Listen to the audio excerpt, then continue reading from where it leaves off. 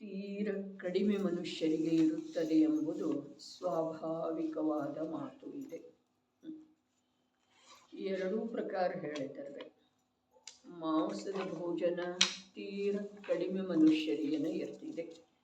ಸ್ವಾಭಾವಿಕವಾಗಿ ಪ್ರಾಕೃತಿಕವಾಗಿ ಅಂತೂ ಮನುಷ್ಯರಿಗೆ ಅನ್ನಾಹಾರದನ ಮುಖ್ಯತೆ ಇದೆ, ಸುಲಭ ಇದೆ. ಅದರೊಳಗೆ ಕಾಮ ಮತ್ತು ಶರೀರದ ಸ್ನೇಹ ಕಮ್ಮಿ ಇದೆ ಅಂಥೇಳಿ ಹೇಳಿದ್ದಾರೆ. ಆ ಮಾತನ್ನು ತಿಳ್ಕೊಳ್ಳೋದ ನಮ್ಮ ಸಲುವಾಗಿ ಅತ್ಯಂತ ಅವಶ್ಯಕಿದೆ. ದಿವಸದ ಭೋಜನದೊಳಗೆ, ಹಗಲಿಯ ಭೋಜನದೊಳಗೆ ಶರೀರದ ಸ್ನೇಹ ಕಡಿಮೆ ಇದೆ ಅಂಥೇಳಿ ಹೇಳ್ತಾ ಇದ್ದಾರೆ.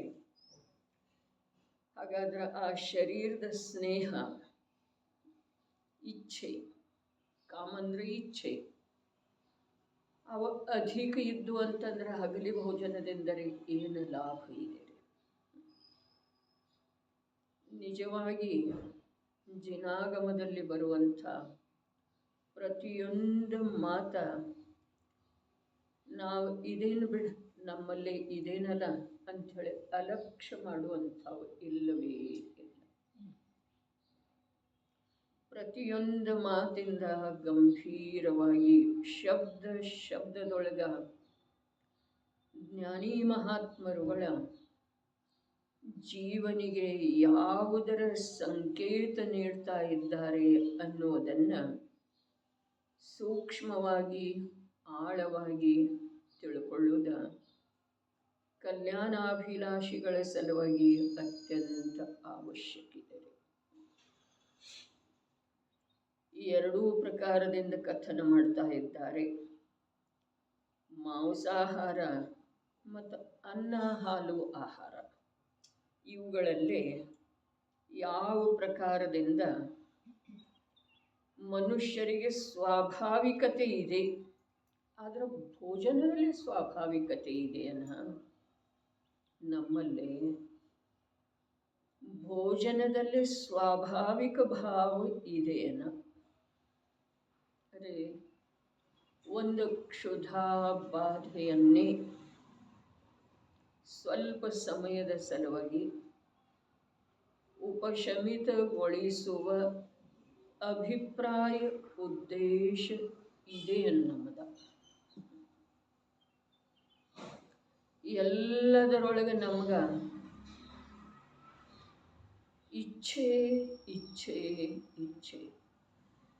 ಹಿಂದನೂ ಸಾಮಾನ್ಯ ಚರ್ಚೆ ಆದದ್ದಿತ್ತು. ಉದರ ಪೋಷಣೆ ಸಲುವಾಗಿ ಕ್ಷುಧಾಬಾಧೆಯ ನಿವಾರಣೆ ಸಲುವಾಗಿ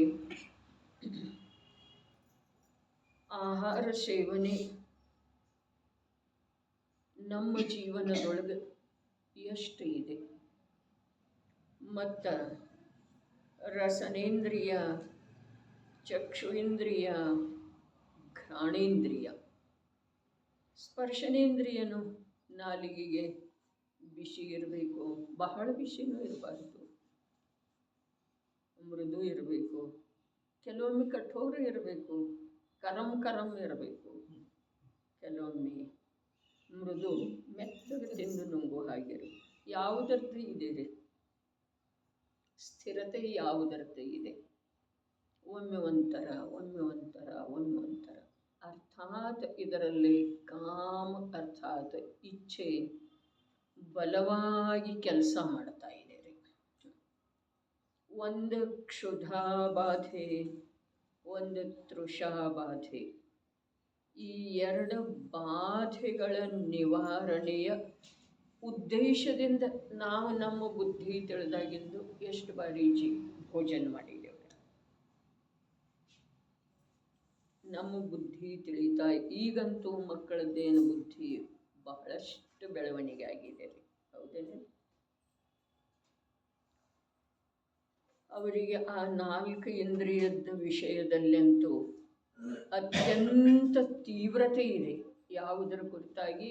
ಆಹಾರ ಸೇವನೆಯ ಕುರಿತಾಗಿ ಅತ್ಯಂತ ತೀವ್ರತೆ. ಯಾವ ಮಕ್ಕಳ ಲಕ್ಷ್ಯ ಇಲ್ಲದ ತಿಂದು ಹೇಳ್ತಾವೆ ಹೇಳ್ರಿ?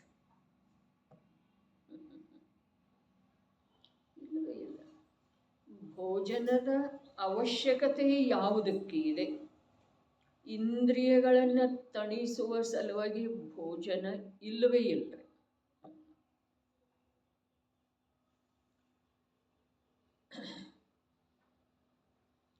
ಇಲ್ಲಿ ಅನ್ನಾಹಾರ, ಅದು ಅನ್ನಾಹಾರ ಧಾನ್ಯದ ಬೀಸು ಮಾತೆ ಇಲ್ಲವ. ಅನ್ನ ಮೊದಲ ಒಂದು 100 ವರ್ಷದ ಹಿಂದ ನೆನೆಸಿ ತಿನ್ನೋದಿತ್ತಂತ. 100-200 ವರ್ಷದ ಹಿಂದ ಕಾಳುಗಳನ್ನು ನೆನೆಸಿ ತಿನ್ನೋದು. ಅದರಿಂದ ಕ್ಷುಧಾಬಾಧೆನೂ ಅಧಿಕ ಸಮಯದವರೆಗೆ ತಡೆಯಲ್ಪಡ್ತಿತ್ತು. ಬೇಯಿಸಿ ತಿನ್ನೋದು ಆಮೇಲೆ ಬಂತು. ಬೇಯಿಸಿ ತಿನ್ನುವುದರಿಂದ ಅದರೊಳಗಿನ ಸತ್ವನೂ ಕಮ್ಮಿ ಆಯ್ತಲ್ಲ. ಹೀಗಾಗಿ ಏನೇನಾಯಿತು, ಇಲ್ಲಿ ಹಿಂಸೆನೂ ಆಯಿತು.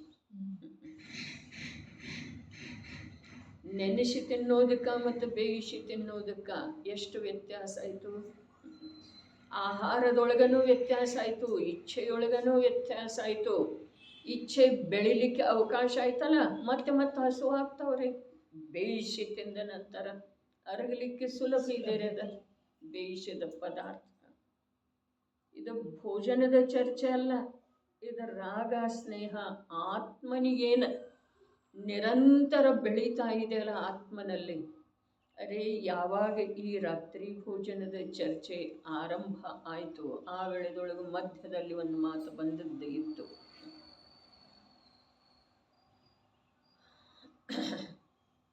ಏನು ಬಂದದ್ದು ಇತ್ತು? ಭೋಜನಂತೂ ಜೀವದ ಸಲುವಾಗಿ ಯಾವುದೇ ಪ್ರಕಾರದಿಂದ ರಾಗದ ವೃದ್ಧಿ ಮಾಡುವ ಸಲುವಾಗಿ ಇಲ್ಲ ಅನ್ನುವ ಮಾತಿನ ಆಧಾರವಾಗಿ ರಾಗ ಮಂದ ಮಾಡಿ ಮಾಡಿ ಮಾಡಿ ಈ ಜೀವ ಸಂಜ್ಞಿ ಪಂಚೇಂದ್ರಿಯದವರೆಗೆ ಬಂದದ್ದು ಇದೆ. ಸಂಜ್ಞಿ ಪಂಚೇಂದ್ರಿಯದೊಳಗೆ ಏನು ಮಾಡೋದಿದೆ ಅಂತ ಹೇಳಿತ್ತು. ಇಷ್ಟು ಹೇಳಿದ ನಂತರ ಬರೀ ಒಂದೇ ಶಬ್ದ ಹೇಳೋದಿದೆ ರೀ. ತಾವ ಪರೀಕ್ಷೆ ಮಾಡ್ತಾ ಇಲ್ಲ, ಆದರೆ ನಮಗೆ ಸ್ವಾಧ್ಯಾಯದಿಂದ ಉಪಯೋಗ ಎಷ್ಟಾಗಿದೆ ಅಥವಾ ಯಾಕಾಗ್ತಾ ಇಲ್ಲ ಇದರದ ಪರಿಶೀಲನೆ ಮಾಡೋದಿದೆ. ರಾಗವನ್ನು ಮಂದ ಮಾಡ್ತಾ ಮಾಡ್ತಾ ಮಾಡ್ತಾ ಮಾಡ್ತಾ, ಅರ್ಥಾತ್ ರಾಗ ಮಂದ ಆಗುವ ಆಗುವ ಆಗುವ ವಿಧಾನದಿಂದ ಸಂಜ್ಞಿ ಪಂಚೇಂದ್ರಿಯದವರೆಗೆ ತಲುಪಿದೆವ್ರೆ. ಇಲ್ಲೇನು ಮಾಡುವುದಿದೆ ಅಂತ ಹೇಳಿತ್ತು. ರಾಗದ ಅಭಾವ. ರಾಗದ ಅಭಾವ ಮಾಡೋದಿದೆ ಇಲ್ಲಿ. ಇದಕ್ಕೆ ಪೋಷಕವಾಗಿನ ಮತ್ತೆ ಎಷ್ಟೋ ವಿಷಯಗಳ ಮೇಲೆ ಕೆಳಗೆ ಮೇಲೆ ಕೆಳಗೆ ಮೇಲೆ ಕೆಳಗೆ ಬಂದು ಹೋದವ್ರಿ. ಆದ್ರೂ ಕೂಡ ನಮಗೆ ಸ್ವಾಧ್ಯಾಯದೊಳಗ ಒಲವು ಯಾಕಿಲ್ಲ ಅಂತಂದ್ರೆ, ನಮಗೆ ಸ್ವಾಧ್ಯಾಯ ಮಾಡೋದಿದೆ, ಆತ್ಮಕಲ್ಯಾಣ ಮಾಡ್ಕೊಳ್ಳೋದಿಲ್ಲ. ಹೌದೇನಿಲ್ರಿ? ಸಂಜ್ಞಿ ಪಂಚೇಂದ್ರಿಯ ದಶೆಯೊಳಗ ದಶೆಯ ಪ್ರಾಪ್ತಿ. ಅರೆ ಈ ಮನುಷ್ಯ ಭವ ಮತ್ತು ಜೈನ ಕುಲ ಅಂತೂ ಅಧಿಕ ಅದಾವ, ಅವು ಬೇಕೇ ಇಲ್ರಿ. ಯಾವುದರ ಸಲುವಾಗಿ? ರಾಗದ ಅಭಾವ ಸ್ವರೂಪ ವೀತರಾಗ ತ್ರಿಕಾಲಿ ಭಾವದ ಅನುಭವದ ಸಲುವಾಗಿ ಮನುಷ್ಯ ಭವ ಜೈನ ಕುಲ ಬೇಕೇ ಇಲ್ಲ. ಸಂಜ್ಞಿ ಪಂಚೇಂದ್ರಿಯದೊಳಗ ಆ ಕಾರ್ಯನ ಮಾಡೋದಿದೆ. ಯಾವ ಕಾರ್ಯ? ರಾಗದಿಂದ ರಹಿತ ಇರುವಂಥ ವೀತರಾಗ ಸ್ವಭಾವಿ ತ್ರಿಕಾಲಿ ಜ್ಞಾತ ಭಗವಾನ ಆತ್ಮನ ಅನುಭವ, ಪ್ರತ್ಯಕ್ಷ ಅನುಭವ, ನಿರಾಕುಲ ಶಾಂತಿಯ ಅನುಭವ. ಇದು ಸಂಜ್ಞಿ ಪಂಚೇಂದ್ರಿಯ ಪ್ರಾಪ್ತ ಆದ ನಂತರ ಇದು ಒಂದೇ ಕಾರ್ಯ ಮಾಡೋದಿಲ್ಲ. ಬೇರೆ ಯಾವ ಕಾರ್ಯನೂ ಮಾಡೋದನ್ನ ಇಲ್ಲ. ಯಾಕೆ ಅಂತಂದ್ರೆ ಸಂಜ್ಞಿ ಪಂಚೇಂದ್ರಿಯಕ್ಕೆ ತಿಳಿತಿದೆ ಏನ ಬೇರೆ ಯಾವ ಕಾರ್ಯ ಮಾಡುವುದರಿಂದ ಜೀವನಾದ ನನಗೆ ಹಿತ ಆಗುತ್ತಿಲ್ಲ.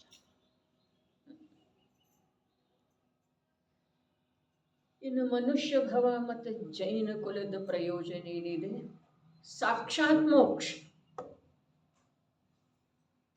ಯಾವುದೇ ಪ್ರಕಾರದ ಮಾತೇ ಇಲ್ಲ, ವಿಳಂಬಕ್ಕೆ ಅವಕಾಶ ಇಲ್ಲ. ಸಂಜ್ಞೆಯೊಳಗನ ಇಂಥ ಸಾಮರ್ಥ್ಯ ಇದೆ ಕಿ ಆತ್ಮನಾದ ನನ್ನ ಹಿತ ಇದರೊಳಗನೆ ಇದೆ.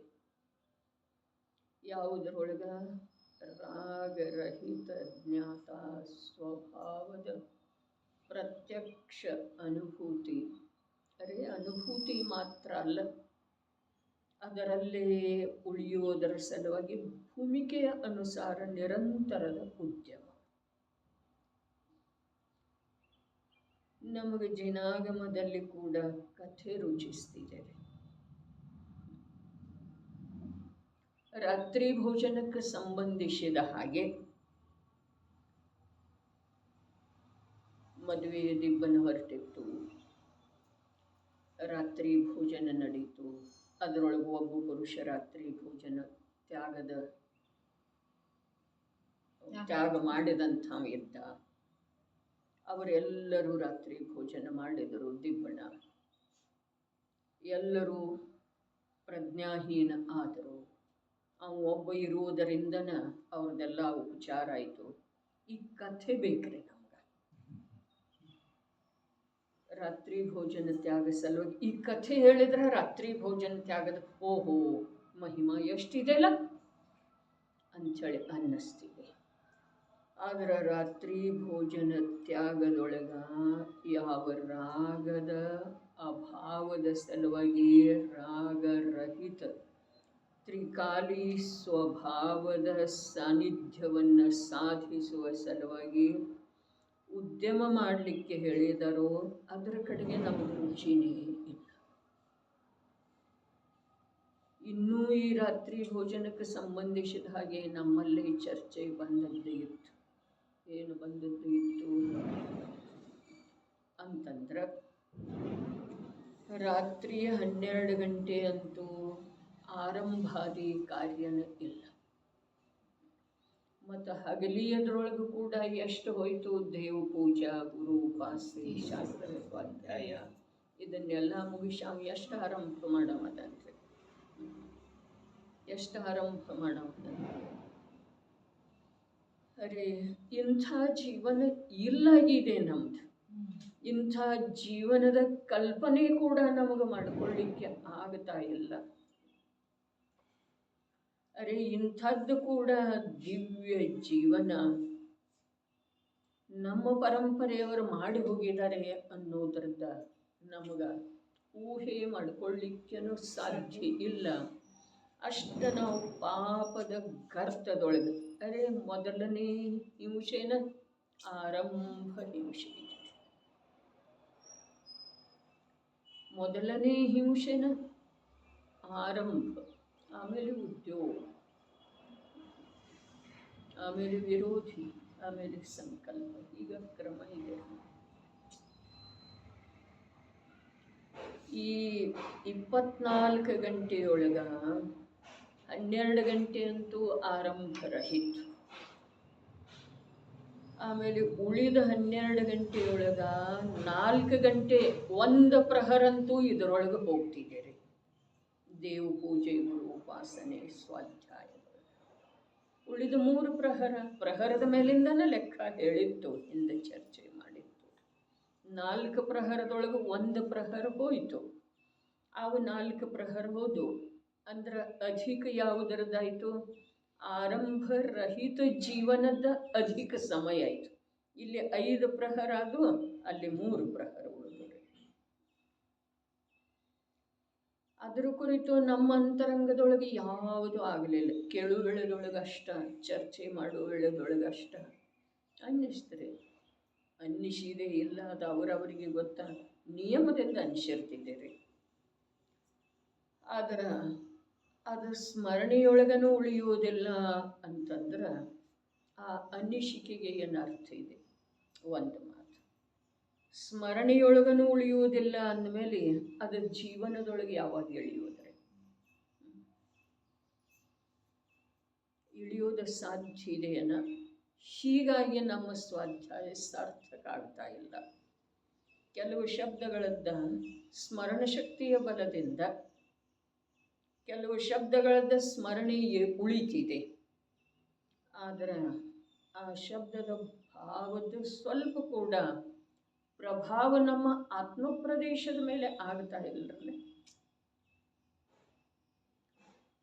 ಜೀವನ ಪೂರ್ಣ ಆಗೋದಕ್ಕೇನು ತಡ ಇಲ್ಲ ನೋಡ್ರಿ. ಯಾವಾಗ ಹೇಗೆ ಅಂಥೇಳಿ ಗೊತ್ತೇ ಇಲ್ಲ. ಭಯ ಪಡುವ ಮಾತಿಲ್ಲ. ಆದರೆ ನಿರ್ಭಯತೆಗೆ ಒಂದು ಸಮಯ ಕೂಡ ಅವಕಾಶ ಇಲ್ರಿ. ನಿರ್ಭಯತೆಗೆ ಒಂದು ಸಮಯ ಕೂಡ ಅವಕಾಶ ಇಲ್ಲ. ಕಾಲಸಿಂಹನೇ ಮೃಗಚೇತನಕೋ ಘೇರಾ ಭವವನಮಿ ನಹಿ ಬಚಾವನ ಹಾರ ಕೋಯಿ ಯೋ ಸಮझो ಮನಮಿ. ಅಂದ್ರೆ ನಿರ್ಭಯ ಯಾವಾಗಿರ್ತಾನ್ರಿ? ನಿರ್ಭಯ ಇರುವುದು ಇದು ಮಹಾನ ದಿಟ್ಟತನ ಇದೆ ರೀ ನಮ್ಮಗಳಂತ. ಇಂಥ ಅವಸರ ಪಡ್ಕೊಂಡು ಕೂಡ ಕಣ್ಣಾಗ ಎಣ್ಣೆ ಹಾಕೊಂಡು ನೋಡ್ಕೋಬೇಕು ಅಂಥೇಳಿ ಹೇಳ್ತಾರಲ್ಲ ಲೋಕೋಕ್ತಿ. ಅಂಥ ಅವಸರ ಇದೆ ರೀ ಇದ. ಯಾವಾಗ ಯಾವ ದಿಕ್ಕಿನಿಂದ ಯಾವ ಪ್ರಕಾರದ ಕರ್ಮೋದಯ ಬಂದ ನಮ್ಮ ಪರಿಣಾಮವನ್ನೆಲ್ಲ ತಿರುವು ಮರುವು ಮಾಡ್ತಿದೆ ಅನ್ನೋದು ಗೊತ್ತಿಲ್ಲ. ಬರೀ ಆಯು ಪೂರ್ಣ ಆಗೋದು ಕಷ್ಟ ಮರಣ ಅನ್ನೋದಿಲ್ಲ. ಅದು ಕಷ್ಟ ಮರಣ ಅನ್ನೋದಿಲ್ರಿ.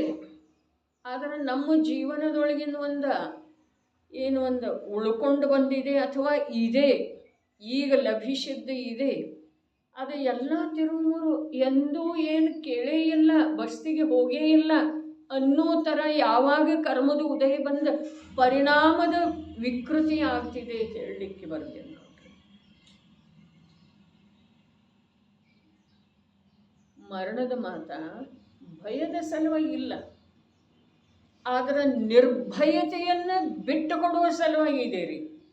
ಜೀವನದೊಳಗೇನು ನಿರ್ಭಯಾಗಿ ನಾವು ವರ್ತಿಸ್ತಾ ಇದ್ದೇವಲ್ಲ, ಎಲ್ಲಿ ವರ್ತಿಸ್ತಾ ಇದ್ದೇವೋ? ಪಾಪದೊಳಗೆ.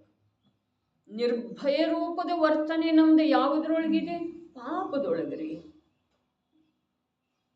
ಭಯ ಯಾವನಿಗಿದೆಯೋ ಅವನು ಪಾಪ ಮಾಡುವುದಿಲ್ಲ. ಅದೇ ಮುನಿರಾಜರಿಗೆ ಯಾವ ಮಾತನ್ನ ಹೇಳಿದಾರೋ ಅದು ಶ್ರಾವಕನ ಅಭ್ಯಾಸ ಮಾಡೋದಿದೆ ರೀಪ. ಹಿರಿಯ ಸಮಿತಿ, ಭಾಷಾ ಸಮಿತಿ, ಆದಾನ ನಿಕ್ಷೇಪಣ ಸಮಿತಿ, ಅರೆ ಅವರು ಬರೀ ಪಿಂಚಿ ಕಮಂಡಲು ನೋಡಿ ಇಡುವ ತೆಗೆದುಕೊಳ್ಳುವ ಮಾತಿದೆ. ಏನು ಜೀವನದೊಳಗೆ ನಾವು ಕಲಿದುಕೊಳ್ಳುವ ಮಾತಿದೆ. ಅದೇ ಇಡುವ ತಕ್ಕೊಳ್ಳುವ ವಸ್ತುವನ್ನ ಬಾಗಿಲ ಹಾಕುವ ಮಾತು ಹೇಳಿತು ನಿನ್ನೆ. ಸುದರ್ಶನ ಶ್ರೇಷ್ಠಿಯ ಕಥೆಯೊಳಗೆ ಬಂತು.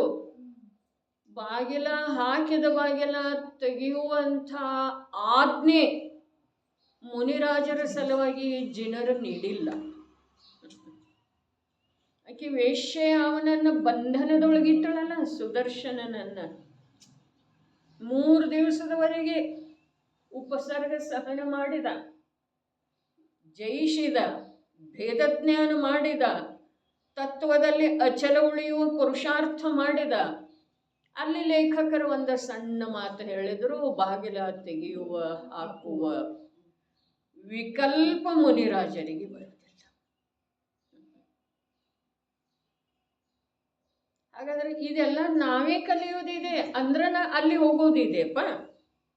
ಅಲ್ಲಿ ಹೋದ ನಂತರ ಏನೇನು ಕಲ್ಕೊಳ್ಳೋದಿದೆ? ಬರೀ ಪಿಚ್ಚಿ ಕಮಂಡಲು ಅಷ್ಟು ನೋಡಿ ಇಡೋದ ತಕ್ಕೊಳ್ಳೋದ ಮಾತಿದೆ.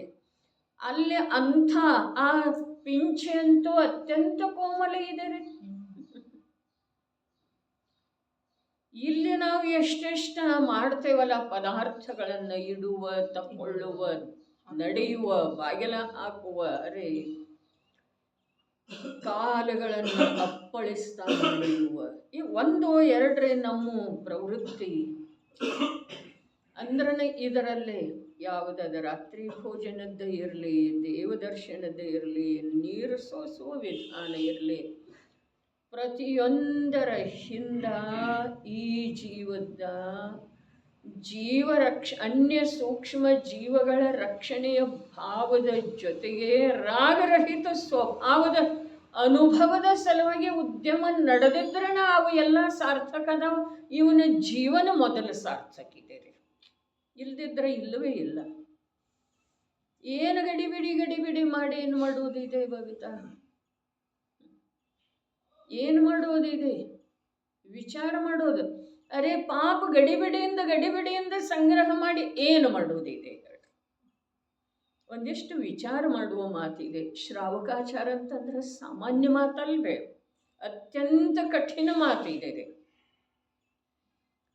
ಆಚರಣೆಯ ಮಾತೆಲ್ಲಿ ಬರ್ತಿದೆ, ಅದು ಸುಲಭ ಇದೆ ಅಂಥೇಳಿ ಮೂಢ ಅಜ್ಞಾನಿಗೆ ಅನ್ನಿಸ್ತಿದೆ, ದೃಷ್ಟಿ ಬಾಹ್ಯದ್ದು ಇದ್ದ ಕಾರಣ.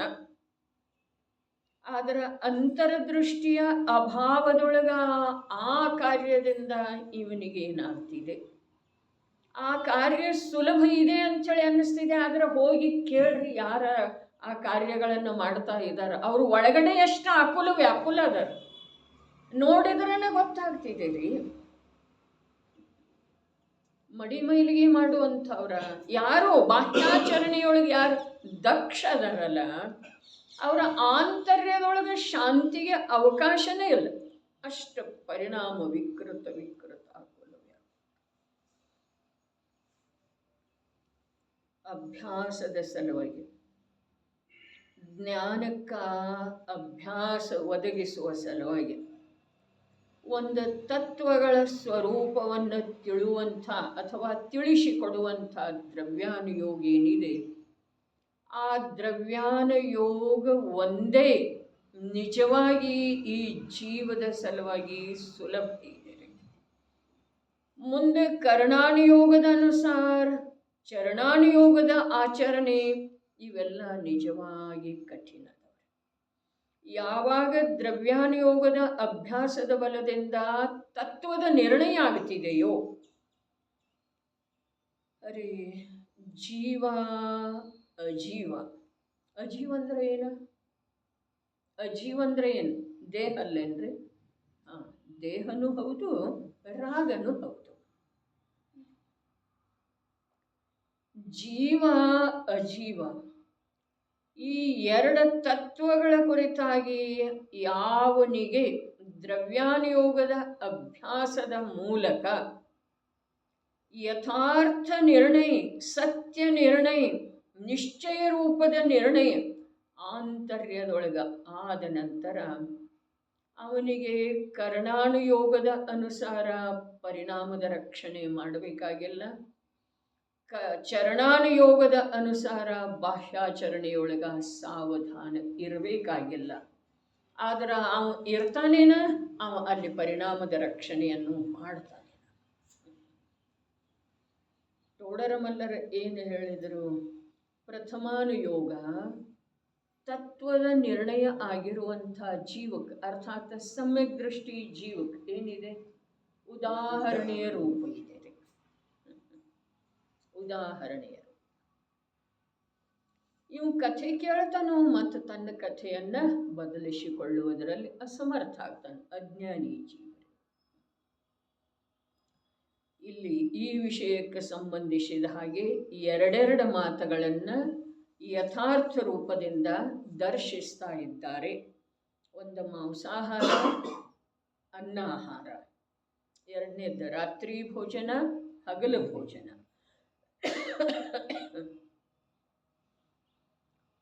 ಎರಡರ ಮೂಲಕ ಕೂಡ ಕೇವಲ ಶರೀರದ ಸ್ನೇಹ ರಾಗ ಬಿಡುವುದರ ಮೇಲಿನ ಒತ್ತು ಕೊಟ್ಟಿದ್ದಾರೆ. ನಾವು ಅದು ಒಂದನ್ನು ಬಿಟ್ಟ ಇವು ಎರಡರ ಕಥನವನ್ನು ತಿಳ್ಕೊಳ್ತೇವ್ರಿ, ಅಥವಾ ಅವು ಎರಡರ ಕಥನನು ನಮಗೆ ತಿಳಿದು ಬರ್ತಿದೆ. ಆದ್ರೆ ಅದರ ಕಡೆ ನಮ್ಮ ಲಕ್ಷ್ಯ ಇದ್ದ ಕಾರಣ ಅಲ್ಲಿ ಉದ್ಯಮ ನಮ್ಮದ ನಡೆಯುವುದಿಲ್ಲ. ಎಷ್ಟು ಪ್ರಕಾರದಿಂದ ವಿಚಾರ ಮಾಡಬಹುದಾಗಿದೆ. ಅರೆ ರಾತ್ರಿ ಭೋಜನದೊಳಗ ಮತ್ತು ಮಾಂಸಾಹಾರದೊಳಗ ಏನಿದೆ ಅಂಥೇಳಿ ಹೇಳಿದರು? ಕಾಮ ಮತ್ತು ಶರೀರದ ಕುರಿತು ಸ್ನೇಹ ಅಧಿಕ ಇದ್ದಾಗನ ಆಗ್ತಿದೆ ಒಂದು ಹೇಳಿದ್ರು. ಎರಡನೇದ್ದೇನು ಹೇಳಿದ್ರು, ಅದು ಪ್ರಾಕೃತಿಕ ಅಲ್ಲ, ಮನುಷ್ಯರಿಗೆ ಅದು ಸಹಜವಾಗಿ ನಡೆಯುವಂಥ ಕಾರ್ಯ ಅಲ್ಲ. ಯಾವುದ? ರಾತ್ರಿ ಭೋಜನ ಮತ್ತು ಮಾಂಸಾಹಾರ. ಹಗಲು ಭೋಜನ ಏನಿದೆ, ಅನ್ನಾಹಾರ ಏನಿದೆ, ಅದು ಬಹಳಷ್ಟು ಮನುಷ್ಯರ ಜೀವನದಲ್ಲಿ ಇದುವೇ ಇರ್ತಿದೆ, ಇದುವೇ ಪ್ರಾಕೃತಿಕ ಇದೆ ಅಂತ ಹೇಳಿದ್ದಾರೆ. ಇದರ ಜೊತೆಗೆ ಇನ್ನೊಂದು ಏನು ಹೇಳಿದರು ಮುಖ್ಯ ಮಾತ, ಶರೀರದ ಕುರಿತು ರಾಗ ಸ್ನೇಹ ಮತ್ತು ಕಾಮಾದಿಗಳ ಅಧಿಕತೆ ಅದರಲ್ಲೇ ಕಂಡು ಬರುವುದಿಲ್ಲ ಅಂತ ಹೇಳಿದ್ದಾರೆ. ಅಂದರೆ ಈ ಶರೀರದ ಕುರಿತು ಏನಿದೆ ಅದು ಇನ್ನೂ ಚರ್ಚೆ ಮಾಡೋದಿದೆ ರೀ. ಈಗ ಬರೇ ಏನು ಹೇಳ್ತು, ಕಾಮ ಅರ್ಥಾತ್ ಇಚ್ಛೆ, 4 ಇಂದ್ರಿಯಗಳಿಗೆ ಸಂಬಂಧಿಸಿದ ಆಹಾರ ಸೇವನೆಯೊಳಗೆ 4 ಇಂದ್ರಿಯ ಅಂತೂ ಸಕ್ರಿಯ ಅದಾವ್ರಿ ನಮ್ಮ. ಒಂದು ಸ್ಪರ್ಶನೇಂದ್ರಿಯ, ಬಿಸಿ ತಂಪ, ಒಮ್ಮೆ ಹಾಯ್ ಅನ್ನಿಸ್ತಿದೆ, ಬಿಸಿ ಬಿಸಿ, ಒಮ್ಮೆ ಅನ್ನಿಸ್ತಿದೆ ಎಷ್ಟು ಬಿಸಿ ಇದೆ. ಹಾಗಾದ್ರೆ ಅಲ್ಲಿ ಸಕ್ರಿಯ ಯಾವುದಿದೆ, ಅತ್ಯಂತ ಜಾಗೃತ ಯಾವುದಿದೆ, ಸ್ಪರ್ಶನೇಂದ್ರಿಯ. ಅದರ ಜೊತೆಯಲ್ಲೇನ ರಸನೇಂದ್ರಿಯ, ನಿನಕ್ಕಿಂತನ ಶ್ರೇಷ್ಠದೇನಂತೇಳಿ ಅದು ಕಾರ್ಯ ಮಾಡಿ. ಇದು ಎಲ್ಲ ರುಚಿಯಾಗಿದೆ, ಮೃದುವಾಗಿದೆ, ಖರೆ ಇದರೊಳಗೆ ಏಲಕ್ಕಿ ವಾಸನೆ ಬರ್ತಾ ಇಲ್ಲಲ್ಲ. ಅಲ್ಲಿ ಘ್ರಾಣೇಂದ್ರಿಯ ನಾನೂ ಇದ್ದೇನಂತೇಳಿ ಹೇಳ್ತೀವಿ. ಇದರ ಬಣ್ಣ ಯಾಕೆ ಹಿಂಗಾಗೈತಿ? ಅಲ್ಲಿ ಚಕ್ಷು ಇಂದ್ರಿಯ ನಂದು ಕೆಲಸನೂ ಇದೆ ಅಂಥೇಳಿ ಹೇಳ್ತೀವಿ. ಹಾಗಾದ್ರೆ 4 ಇಂದ್ರಿಯಗಳ ಮೂಲಕ ಅನ್ನೋದಕ್ಕಿಂತ ಮುಖ್ಯತೆಯಿಂದ ಸೇವಿಸಲ್ಪಡುವಂಥ ಆಹಾರ ತತ್ವ ಹೇಳ್ತಾ ಇದ್ದೇನೆ, ಗಂಭೀರವಾಗಿ ಆಲಿಸೋದು. 4 ಇಂದ್ರಿಯಗಳಿಗೆ ಪ್ರಾಮುಖ್ಯತೆಯನ್ನು ನೀಡಿ ಸೇವಿಸುವಂಥ ಆಹಾರ ಜೀವದ ಕ್ಷುಧಾಬಾಧೆಯನ್ನು ಎಷ್ಟು ತಣಿಸಬಹುದು ಮತ್ತು ಜ್ಞಾತಾ ಸ್ವಭಾವವನ್ನು ಎಷ್ಟು ಯಾವಾಗ ಜಾಗೃತ ಮಾಡಬಹುದು. ವಿಚಾರ ಅಂಥೇಳಿನ ತತ್ವದ ಮಾತಿದೆ, ಗಂಭೀರವಾಗಿ ವಿಚಾರ ಮಾಡೋ ಮಾತಿದೆ. 4 ಇಂದ್ರಿಯಗಳಿಗೆ ಪ್ರಾಮುಖ್ಯತೆಯನ್ನು ನೀಡಿ ಒಂದಕ್ಕಿಂತ ಒಂದು ನೋಡ್ಲಿಕ್ಕೆ ಅದರ ವರ್ಣಾದಿಗಳ ಮಿಠ ಇದ್ದು ಸುಂದರ ಇದ್ದು ಆಕಾರಾದಿಗಳು ಸುಂದರ ಇದ್ದು ಅಂತಂದ್ರೆ ತಿನ್ನೋದ್ರೊಳಗೆ ಮಜಾ ಬರ್ತಿದೆ. ಹೌದೇನಿಲ್ಲ?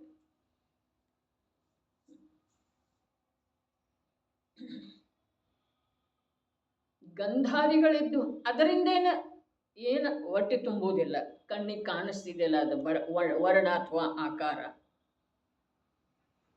ಪಾಕ್ ಸರಿ ಬಂದಿಲ್ಲ ಅಂಥೇಳಿ ಹೇಳಿದ ನಂತರ ಉಂಡೆ ಆಗ್ತಾ ಇಲ್ಲ, ಡಬ್ಬಿಯೊಳಗೆ ಹಾಕಿಡು, ಬಟ್ಲಾಗ ತಗೊಂಡು ಚಮಚಲ್ಲಿ ತಿನ್ನೋದ ಅಪ್ಪಾಜಿ ಹೇಳ್ತಿದ್ರು. ಅದು ನಮಗೆ ಮಾನ್ಯ ಇದೆಯೇನ್ರಿ? ಉಂಡೆ ಆಗ್ತಾ ಇಲ್ಲ, ಇಟ್ಬಿಡೋದು ಹಾಗೆ, ಬಟ್ಲಾಗ ತಗೊಂಡು ಸ್ಪೂನ್ದಿಂದ ತಿನ್ನೋದು, ಇದೇನ್ರಿ ಮಾನ್ಯ? ರೊಟ್ಟಿ ಹಾಕುವ ವೇಳೆದೊಳಗ ತುಂಡಾಯ್ತದ, ಅದಕ್ಕೇನಾಗೋದು, ತುಂಡು ಮಾಡೇನ ತಿನ್ನೋದೈತಲ್ಲ ಅಂತೀವೇನ್ರಿ? ಇದು ಮಾತ ಸಾಮಾನ್ಯ ಇದೆ, ಅದರ ಭಾವದ ಆಳದ ವಿಕೃತಿ ಬಹಳ ಇದೆ. ಇದು ದಿನನಿತ್ಯವೂ ನಡೆಯುವ ಮಾತಿದೆ ನಮ್ಮ ಜೀವನದೊಳಗೆ. ಮುರಿಕತಿ, ಕಳಚಿ ಬೀಳ್ಕತಿ, ಬೀಳಿ ಅದನ್ನೇ ಹೇಳೋದಪ್ಪ. ಅಲ್ಲೇನಿದೆ ಇನ್ನು ಮತ್ತೆ ಇದು ಹೊಸದು, ಅಲ್ಲೇನಿದೆ ಮಾನಕಷ, ಇದೆಂತಾಗ ಮಾಡಿದೆ ಅಂದ್ರ ಅರೇ ಅಂದ್ರ ಅನ್ನೋ ಭಯ ಇಲ್ಲ, ಆದ್ರ ಮಾನಕಷ ಇದೆ ಅನ್ನುವಂಥವು ಯಾವಿಲ್ಲ. ಅವು ಜೀವಗಳ್ರೆ ಮುಗ್ಧದವು ಅನ್ನೋದಿಲ್ಲ. ಅವು ಎಲ್ಲರೇ ತಪ್ಪಿನ ಅಂಥ ಪುರುಷರು ಇರ್ತಾರೆ. ಇಲ್ದಿರ ಪುರುಷ ವರ್ಗೆಲ್ಲ ಸಭ್ಯ ಇರ್ತದೆ. ತಪ್ಪೇನ ಇರ್ತದ ಅಂಥ ಹೊರಟ ಮುರಿದ್ರೆ ಏನಾಯ್ತು? ಮುರಿದ ತಿನ್ನೋದೈತಲ್ಲ. ಎಲ್ಲ ಪುರುಷರದ್ದು ಇಂಥದ್ದೇ ವಚನ ಇರೋ ಸಾಧ್ಯ ಇದೆ.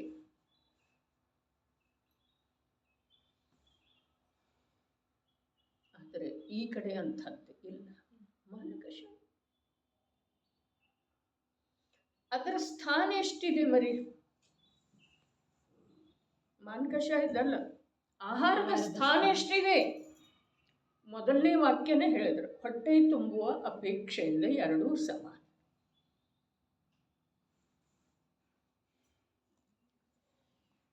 ಅದರದ ಸ್ಥಾನ ಎಷ್ಟಿದೆ ರೀ ಭರತ್ಭಾಯಿ? ಆಹಾರದ ಸ್ಥಾನ ಎಷ್ಟಿದೆ ನಮ್ಮ ಜೀವನದೊಳಗೆ? ಅದೇನು ಶಾಶ್ವತವಾಗಿ ನಮ್ಮ ಕ್ಷುಧಾಬಾಧೆಯನ್ನ ದೂರ ಮಾಡುವಂಥದ್ದನೂ ಇಲ್ಲ. ಮತ್ತು ನಾಲಿಗೆ ಸಂಯೋಗ ಬಿಟ್ಟು ಹೋದ ನಂತರ ಅದಕ್ಕೆ ಏನು ವಿಶೇಷತೆ ಇಲ್ಲ. ಇಷ್ಟೆಲ್ಲ ಏನು ಮಾಡ್ತೇವಲ್ಲ ಉಪದ್ವ್ಯಾಪ, ಅದಕ್ಕೆ ಏನೂ ಅರ್ಥ ಇಲ್ರಿ. ಅರ್ಧ ಚಂದ್ರಾಕಾರದ ಏನು ರಸನೇಂದ್ರಿಯ ಇದೆಯಲ್ಲ, ಅದು ಒಂದೇ ಇಲ್ಲ. ಆ 3 ಇಂದ್ರಿಯಗಳು ಅದರ ಜೊತೆಗೆ ಅದಾವ್ರಲ್ಲ ನಮ್ಮಲ್ಲಿ. ಅದಕ್ಕೆ 4 ಇಂದ್ರಿಯಗಳ ಪ್ರಾಮುಖ್ಯತೆಯಿಂದ ಈ ಜೀವ ಸೇವಿಸ್ತಾ ಇರುವಂಥ ಆಹಾರ ಜೀವನಿಗೆ ರಾಗದ ವೃದ್ಧಿಯೊಳಗೆ, ರಾಗದ ಅಖಂಡತೆಯೊಳಗನ ನಿಮಿತ್ತ ಆಗೋದು, ಅಥವಾ ರಾಗ ಕತ್ತರಿಸಿ ಹಾಕುವುದರಲ್ಲಿ ಏನಾದರೂ ಸಹಾಯಕ ಆಗೋದು ಸೇವಿಸಿದ ಆಹಾರ ಸೇವನೆ ಯಾವುದರ ಸಲುವಾಗಿದೆ? ತತ್ವಾಭ್ಯಾಸ ತಪಸ್ಸಿನ ಸಲುವಾಗಿದೆ. ಕ್ಷುಧಾಬಾಧೆಯ ನಿವಾರಣೆ ಅದು ಒಂದು ಮಾತು ಮೊದಲಿಂದ ಹೇಳ್ತಾ, ಅದು ಪ್ರಾಣಿ ಮಾತ್ರ ಸಲುವಾಗಿ ಹೇಳ್ತಾ.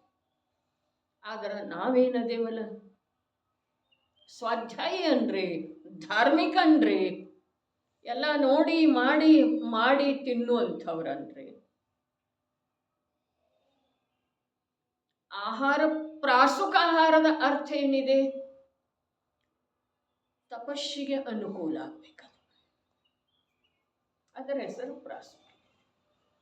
ಇದು ಶ್ರಾವಕನ ಮಾತಿದೆ. ಹೌದಪ್ಪ, ಶ್ರಾವಕ ಇದ್ದಾಗನೇ ಎಲ್ಲ ಮಾಡೋದಿದೆ.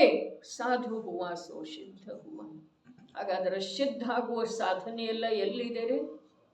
ಗೃಹಸ್ಥಾವಸ್ಥೆ ಅರ್ಥಾತ್ ಶ್ರಾವಕನಲ್ಲೇ. ತತ್ವ ತಿಳಿಯೋದು ಯಾರ ಕೆಲಸ ಇದೆ? ಅವನದೇ ಇದೆ ರೀ. ತತ್ವದೊಳಗೆ ಉಳಿಯುವ ಅಭ್ಯಾಸ ಯಾರು ಮಾಡೋದಿದೆ? ಅವನೇ ಮಾಡೋದಿದೆ ರೀ. ತಪಸ್ಸು ಯಾರು ಮಾಡೋದಿದೆ? ಅವನೇ ಮಾಡೋದಿದೆ. ಹಿಂಸೆಯ ಸ್ಥಾನದಲ್ಲಿ ಇರುವ ವೇಳೆದೊಳಗೆ ಹಿಂಸೆಯಿಂದ ನಿವೃತ್ತಿಯನ್ನು ಯಾರು ಸಾಧಿಸೋದಿದೆ? ಅವನೇ ಸಾಧಿಸೋದು. ಭವಭ್ರಮಣಕ್ಕೆ ಕೊನೆ ಹಾಡುವಂಥ ಕಾರ್ಯ ಯಾರಿಂದ ಆಗೋದಿದೆ? ಇವನಿಂದನೇ ಆಗೋದಿದೆ. ಪುಣ್ಯೋದಯದಿಂದ ಪ್ರಾಪ್ತವಾದಂಥ ಅನುಕೂಲತೆಯನ್ನ ಪುಣ್ಯ ಪಾಪಗಳಿಂದ ರಹಿತ ಆಗುವ ಸಲುವಾಗಿ ಉಪಯೋಗ ಮಾಡಿಕೊಳ್ಳುವಂಥವನೇ ಜೈನದನ್ರಿ. ಇನ್ನೊಂದ್ಸಲ, ಪುಣ್ಯೋದಯದಿಂದ ಪ್ರಾಪ್ತವಾಗಿರುವಂಥ ಅನುಕೂಲತೆಗಳ ಉಪಯೋಗ ಪುಣ್ಯ ಪಾಪರೂಪಿ ಕರ್ಮದ ಚಕ್ರದಿಂದ ಬಿಡುಗಡೆ ಹೊಂದುವ ಸಲುವಾಗೇನ ಯಾವ ಮಾಡ್ಕೊಳ್ತಾನೋ ಅವ ಯಾವದನೋ ಜೈನದನು. ಅಂಥೇಳಿ ಅವನಿಗೆ ಅಪರಿಗ್ರಹಿ ಅಂದದ್ದೇ ಇದೆ ರೀ. ಯಾವಾಗ ಪರಿಗ್ರಹಿ ಇರುವೆಳೆದೊಳಗೆ. ಅಪರಿಗ್ರಹಿ ಅನ್ನುವ ಶಬ್ದ ಏನಿದೆ ಅಲ್ಲ, ಜನ್ಮ ಮರಣದ ಪರಿಗ್ರಹದಿಂದ ಯಾವ ರಹಿತ ಆಗುವ ಉದ್ಯಮ ನಿರಂತರ ಮಾಡ್ತಾ ಇದ್ದಾನೋ ಅವ ಅಪರಿಗ್ರಹಿ. ವರ್ತಮಾನದಲ್ಲಂತೂ ನಾನಾ ಪ್ರಕಾರದ ಪರಿಗ್ರಹಗಳ ಮಧ್ಯದೊಳಗದನ್ರಿ. ಅವು ಇರುವುದರ ಹೆಸರು ಪರಿಗ್ರಹ ಅಲ್ಲ. ಹಾಗಾದ್ರೆ ಪರಿಗ್ರಹ ಯಾವುದ? ಜನ್ಮ ಮರಣಗಳದ ಯಾವ ನಿರಂತರ ನಿರಂತರ ನಿರಂತರ ಬೆಳೀತಾ ಇದೆಯಲ್ಲ ಸಂಖ್ಯೆ, ಜನ್ಮ ಮರಣಗಳ ಸಂಖ್ಯೆ, ಜನ್ಮದ ಸಂಖ್ಯೆ ಅನ್ನೋನು ರೀ. ಯಾಕೆ ಅಂತಂದ್ರೆ ಮರಣದ ಸಂಖ್ಯೆಗೆ ಏನು ವಿಶೇಷ ಮಹತ್ವ ಇಲ್ಲ. ಜನ್ಮದ ನಂತರ ಮರಣ ಸ್ವಾಭಾವಿಕವಾಗಿ ಇದೆ ಅಂಥೇಳಿನ ಜನ್ಮದಂಥ ದುಃಖ ಈ ಜೀವದ ಸಲುವಾಗಿ ಇನ್ನೊಂದು ಯಾವುದೂ ಇಲ್ಲ. ಯಾಕೆ ಅಂತಂದ್ರೆ ಆ ಜನ್ಮವೇ ಅನಂತ ದುಃಖಗಳಿಗೆ ಜನ್ಮ ಕೊಡುವಂಥದ್ದು ಇದೆ.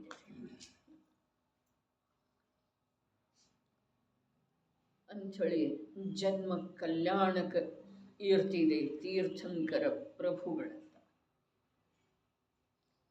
ಅಂತಿಮ ಜನ್ಮನ ಕಲ್ಯಾಣಕರ ಇದೆ.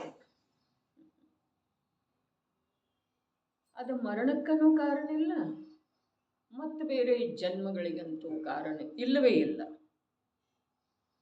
ತೀರ್ಥಂಕರದ ಮರಣ ಆಗ್ತಿದೆ ಅಂದ್ರೆ ಯಾರದ ಜನ್ಮ ಕಲ್ಯಾಣಿಕ ಆಗಿದೆಯಲ್ಲ ಅವ್ರದ್ದು ಮರಣ ಆಗ್ತಿದೆ ಅಂದ್ರೆ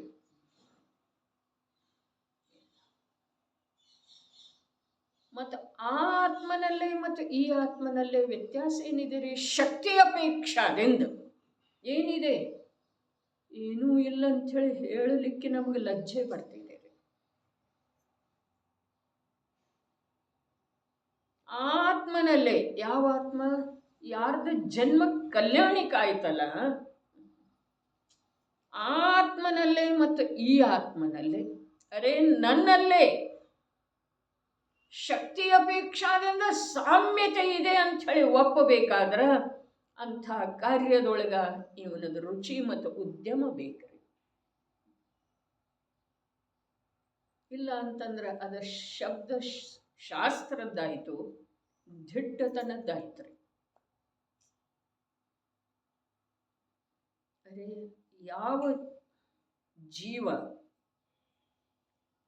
ದೇಹದೊಳಗಿದ್ದುಕೊಂಡು ದೇಹಾತೀತ ಸ್ವಭಾವದಲ್ಲೇ ಅತ್ಯಂತ ಅನುರಾಗ ಮತ್ತು ಉದ್ಯಮಶೀಲ ಇದ್ದಾನೋ ಅವನ ಹಾಗೇನ ನಾನು ದೇಹಾತೀತ ಸ್ವಭಾವದ ಕುರಿತು ಉದ್ಯಮಶೀಲ ಈ ಸಮಯದಿಂದ ಆಗಬೇಕು ಅನ್ನುವಂಥ ಒಂದು ರುಚಿ ಉತ್ಸಾಹ ನಮ್ಮಲ್ಲೇ ಈ ಸಮಯಕ್ಕರೆ ಜಾಗೃತ ಆಗ್ತಾ ಇದೆಯೇನ? ಏನು ಹೇಳಿದ್ರಲ್ಲಿ? ಬರೇ ರಾಗ ಸ್ನೇಹ, ಶರೀರಕ್ಕೆ ಸಂಬಂಧಿಸಿದ ರಾಗ, ರಾಗ ಅಂದ್ರೆ ಅಥವಾ ಸ್ನೇಹ ಅಂದ್ರೆ ಮೋಹ ಹೇಳಿದರ್ರಿ. ಸ್ನೇಹ ಅರ್ಥಾತ್ ಸ್ನಿಗ್ಧತೆ, ಏಕತ್ವ, ಸ್ನಿಗ್ಧತೆ, ಏಕತ್ವ, ಜಿಗುಟುತನ. ಸ್ನೇಹ ಅಂತಂದ್ರೆ ಎಣ್ಣೆಯೊಳಗೆ ಸ್ನೇಹ ಇದೆ ಅಲ್ರಿ, ಸ್ನಿಗ್ಧತೆ ಇದೆ, ಜಿಗುಟುತನ. ಯಾವುದರ ಜೊತೆಗೆ? ಯಾವುದರದ?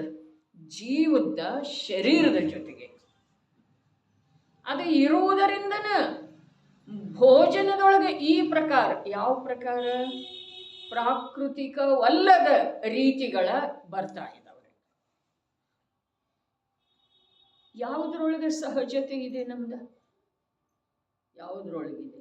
ಭೋಜನದ್ದಂತೂ ಅತ್ಯಂತ ಪ್ರಮುಖ ಸ್ಥಾನ ಇದೆ ನಮ್ಮ ಜೀವನದೊಳಗೆ. ಆದರೆ ನಿಜವಾಗಿ ಜೀವನದೊಳಗನ, ಮನುಷ್ಯನ ಜೀವನದೊಳಗಂತೂ ಮಾತನ ಬೇರೆ, ಭೋಜನಕ್ಕೆ ಯಾವ ವಿಶೇಷ ಸ್ಥಾನನೂ ಇಲ್ಲರಿ. ಲೌಕಿಕ ಜನರು ಹೇಳ್ತಾರ್ರಿ, ಮನುಷ್ಯ ದುಡಿಯೋದ, ಕಷ್ಟಪಡೋದ ಗೇನು ಹೊಟ್ಟೆಗಾಗಿ ಅಂತ ಹೇಳಿ. ಏನಿದೆ? ಅಷ್ಟು ಕಷ್ಟಪಡೋ ಪ್ರಶ್ನೆ ಏನಿಲ್ಲ ಅದರದ.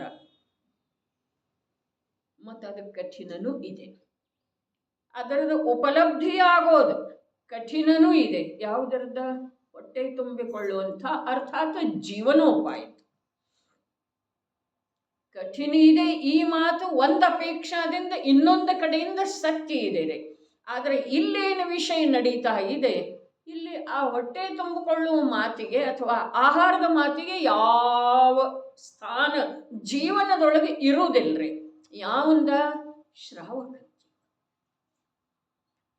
ಸಮ್ಯಕ್ ದೃಷ್ಟಿಯ ಜೀವನದೊಳಗೆ ವಿಚಾರವೇ ಇರುವುದಿಲ್ಲ ಬಬಿತ. ಎಷ್ಟು ಧನ್ಯ ಜೀವನ ಅಲ್ಲ? ವಿಕಲ್ಪನೆ ಇರುವುದಿಲ್ಲ ಅವನಿಗೆ.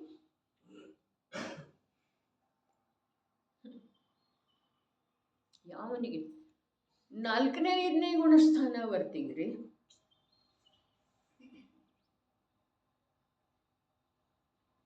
ಭೂಮಿಕೆ ಅನುಸಾರ ಕರ್ತವ್ಯ ಇರುವ ಮಾತಿದೆ.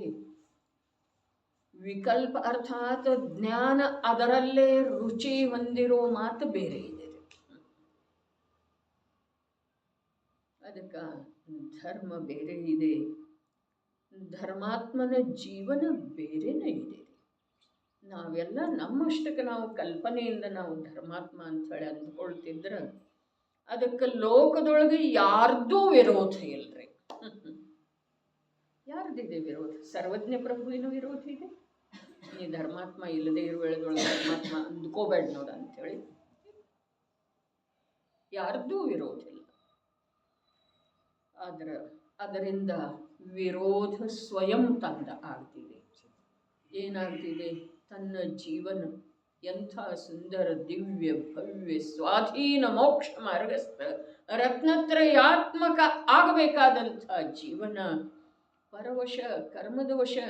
ಅರೇ ಪರ ಅಂದ್ರ ಕರ್ಮ ಅಂದ್ರ ಇಲ್ಲಿ ಶರೀರ ಸಂಯೋಗ ಇದು ಯಾವುದೂ ಅಲ್ಲ. ಪರವಶ ಅಂದ್ರೂ ಕರ್ಮವಶ ಅಂದ್ರೂ ರಾಗ ಅರ್ಥಾತ್ ಸ್ನೇಹವಶ. ಇದು ಎಂಥ ಅಸುಂದರ ಜೀವನ ಇದೆ ರೀ. ಇದು ಎಂಥ ವಿರೋಧ ಇದೆ ರೀ. ಸ್ವಂತದ ಸಲುವಾಗಿ ಎಂಥ ವಿರೋಧ ಇದೆ ಹೇಳ್ರಿ. ವಿರೋಧ ಯಾರೂ ಮಾಡುವುದಿಲ್ಲ. ಆದರೆ ಧರ್ಮ ಇಲ್ಲದೆ ಇರುವ ವೇಳೆದೊಳಗೆ ಇಷ್ಟೆಲ್ಲ ರಾಗದ ವೃದ್ಧಿ ಆಗ್ತಾ ಇರುವ ವೇಳೆದೊಳಗೆ ಸ್ನೇಹ, ದೇಹದ ಜೊತೆಗೆ ಸ್ನೇಹ ಅರ್ಥಾತ್ ಮೋಹ ಇರ್ತಾ ಇರುವ ವೇಳೆದೊಳಗೆ ತನ್ನನ್ನು ತಾನು ಮೋಕ್ಷ ಮಾರ್ಗಿ ಅಂಥೇಳಿ ಕಲ್ಪನೆ ಮಾಡಿಕೊಂಡ್ರೆ ವಿರೋಧನೇ ಇದೆ ಅಲ್ಲ. ನೋಡ್ರಿ, ಬಹಳ ಅದ್ಭುತ ಮಾತು ಇದೆ. ಓದಂತೂ ಬಿಡ್ತೇನ್ರಿ. ವಿಸ್ತಾರವಾಗಿ ಬರೆದಿದ್ದಾರೆ, ತಿಳಿಯುವ ಹಾಗೆ ಬರೆದಿದ್ದಾರೆ. ಅದರಲ್ಲಿ ಗಮನ ಹರಿಸಬೇಕಾದಂಥ ವಿಷಯ ಎರಡೂ ಕಡೆಗೆ ಅಷ್ಟೇ ಇದೆ. ಏನ? ಕಾಮಾದಿಗಳ ಅಪೇಕ್ಷೆ ಮತ್ತು ಶರೀರದ ಸ್ನೇಹ ಮೋಹದ ಅಪೇಕ್ಷೆಯಿಂದ ವಿಶೇಷ ರಾಗಭಾವ ಇದೆ ರೀ. ಯಾವುದರೊಳಗ? ಮಾಂಸಾಹಾರದೊಳಗೆ. ಪೂರ್ತಿ ಹೋಗ್ತೇನೆ ನೋಡಿ. ಹೊಟ್ಟೆ ತುಂಬುವ ಅಪೇಕ್ಷೆಯಿಂದಂತೂ ಎರಡೂ ಭೋಜನಗಳು ಸಮಾನವಿವೆ. ಆದರೆ ಪ್ರತಿಯೊಂದು ಪ್ರಾಣಿಗೆ ಅನ್ನ, ಹಾಲು, ತುಪ್ಪ ಮೊದಲಾದವುಗಳನ್ನು ತಿನ್ನುವಲ್ಲಿ ಅಂತೂ ಸಾಧಾರಣ ರಾಗಭಾವವಿದೆ. ಎಂದರೆ ಕಡಿಮೆ ಲೋಲುಪತೆ ಇದೆ. ಏಕೆಂದರೆ ಯಾಕೆ ಕಡಿಮೆ ಲೋಲುಪತೆ ಅಂದರೆ ಸಾಮಾನ್ಯ ಇದೆ. ಅದ ಎಲ್ಲ ಮನುಷ್ಯರಿಗೆ. ಅದರೊಳಗೆ ಏನು ಲೋಲುಪತೆ ಇರೋದ್ರಿ ಹೇಳಿದ್ರು ನೋಡಿ. ಏಕೆಂದರೆ ಅನ್ನದ ಆಹಾರವಂತೂ ಎಲ್ಲ ಮನುಷ್ಯರಿಗೆ ಸ್ವಾಭಾವಿಕವಾಗಿ ಇರುವುದರಿಂದ ಇದು ಒಂದು ಮಾತು. ಇರುವುದರಿಂದ ಲೋಲುಪತೆ ಇಲ್ಲ, ಇದು ಒಂದು ಮಾತು. ಎರಡನೇದ್ದು ಅದರ ಅರ್ಥ ಏನು ಹೇಳ್ತಾ ಇದ್ದಾರೆ? ಅಧಿಕ ಸಂಖ್ಯೆ, ಪ್ರಾಯಶಃ ಅಧಿಕ ಸಂಖ್ಯೆಯ ಜನರು ಅನ್ನದ ಭೋಜನವನ್ನೇ ಮಾಡುತ್ತಾರೆ. ಇನ್ನು ಮಾಂಸದ ಭೋಜನದಲ್ಲಿ ಕಾಮಾದಿಗಳ ಅಪೇಕ್ಷೆಯಿಂದ ಅಥವಾ ಶರೀರದ ಸ್ನೇಹ ಮೋಹದ ಅಪೇಕ್ಷೆಯಿಂದ ವಿಶೇಷ ರಾಗಭಾವವಿರುತ್ತದೆ. ಅದು ಮನುಷ್ಯನ ಸಲುವಾಗಿ ಶೋಭಾ ಇದೆ ಅಂದರೆ, ಲಾಭದಾಯಕ ಇದೆ ಅಂದರೆ, ಅವನ ಜೀವನದ ಸಾರ್ಥಕತೆ ಇದೆ ಅಂದರೆ ಅದರೊಳಗ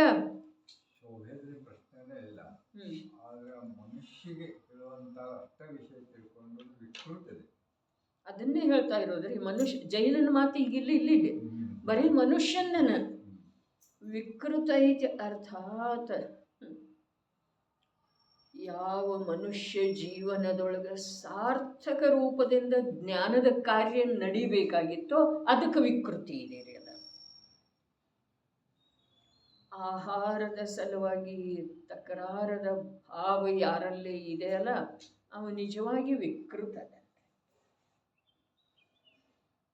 ಒಂದು ಮಾತ ಶ್ರಾವಕರ ಸಲುವಾಗಿ, ಮುನಿಗಳ ಸಲುವಾಗಿ, ಶ್ರಾವಕರ ಸಲುವಾಗಿ ಮುಖ್ಯ ರೂಪದಲ್ಲಿ ಪುಣ್ಯ ಪಾಪವು ಕೂಡಿಸಿಕೊಟ್ಟ ಅಂಥೇಳಿ ಶಬ್ದ ಬರ್ತಿದೆ ಆಗಮದೊಳಗೆ.